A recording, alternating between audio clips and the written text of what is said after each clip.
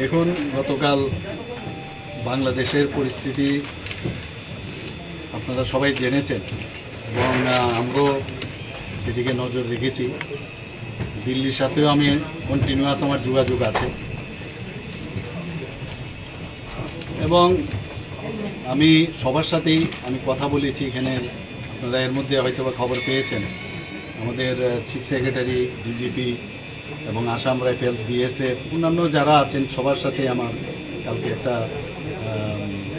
ওনাদের সাথে কথাবার্তা হয়েছে যাতে নজরদারি রাখা হয় এবং আমরা নজর রাখছি। দিল্লির সাথেও আমার কথাবার্তা হচ্ছে। তো এইগুলো যখন দিল্লির থেকে যে নির্দেশ আসবে সেই দিকে আমরা কাজ করব।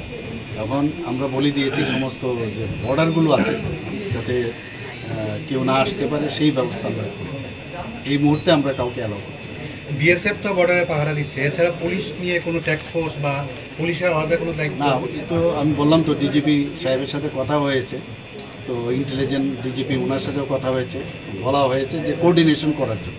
এই যে আমি 5-6টা ডিপার্টমেন্টের কথা আমি বললাম, ওনারা সবাই একজন আরেকজনের সাথে যাতে কোঅর্ডিনেশন করে, কোথাও কী সমস্যা বা কোনো যদি বর্ডার এরিয়াতে কোনো প্রবলেম হয় একজন আরেকজনের সাথে যাতে কোঅর্ডিনেশন করে। আচ্ছা, দিল্লি থেকে কি গতকালকে কোনো নির্দেশ এসেছে? আমার সাথে কথা হয়েছে, নির্দেশ হয় না, আমাদের সাথে কথা হয়েছে যে মানে এখন কী পরিস্থিতি আমাদের ত্রিপুরাতে, বাংলাদেশে এই উদ্বেগজনক যে অবস্থা, তাতে আমাদের কোনো সমস্যা হচ্ছে কি না আমার কাছে জানতে চেয়েছে। আমিও বললাম যে এখন পর্যন্ত তো সব ঠিকই আছে, কোনো সমস্যা নেই।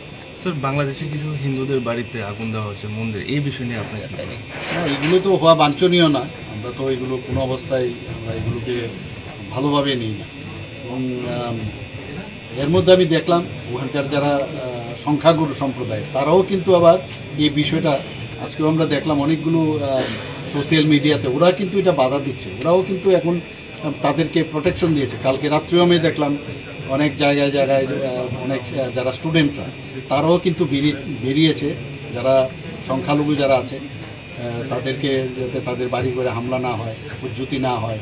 মন্দিরেও দেখছি আমি অনেক জায়গার মধ্যে তারা মন্দিরের চারিদিকে ওরা পাহারা দিচ্ছে। তো এটা একটা গুড সাইন, এটা হলে ভালো।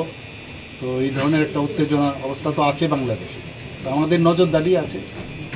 Sir, has it anyway hampered our business with Bangladesh because we have import-export business with Bangladesh? Here you have seen that we are supplying the electricity right now. Right, sir. So I think temporarily there may be, but in the long run I doubt there would be any problem. Sir, আজকে পঞ্চায়েত আমি দেখলাম যে আমাদের প্রাক্তন মুখ্যমন্ত্রী মানিক সরকার মহোদয় বলেছেন যে খুঁজে পাচ্ছে না, কোনো তো ইস্যু নেই, খুঁজে পাচ্ছে না কোথায়। আমি বলেছিলাম যে আমাদের যে এবার ত্রিস্তরীয় পঞ্চায়েতে একটাও যেন না পায়। তো এটা তো আমাদের বলতেই হয়, ওনাদের সময় কী হতো বলতো না যে একটাও ভোট নয়, আর তা কি সম্ভব এটা? তবে তাহলে ওনারা কি করে নমিনেশন দিল? তো এইগুলো বলার জন্য উনি ইস্যু নেই এটাকেই বারবার বলছেন। আমি জানি যে ভারতীয় জনতা পার্টির প্রতি আমাদের ত্রিপুরার প্রতিটি মানুষ, আমাদের বিশেষ করে ত্রিস্তরীয় পঞ্চায়েতের সাধারণ মানুষ, তারা কিন্তু ভারতীয় জনতা পার্টি, বিশেষ করে আমাদের মোদিজির উপরে পুরো আস্থা আছে এবং সেই কারণেই বলছি বারবার যে আমাদের পঞ্চায়েতে ভালো রেজাল্ট হবে। Will you have any appeal to the voters?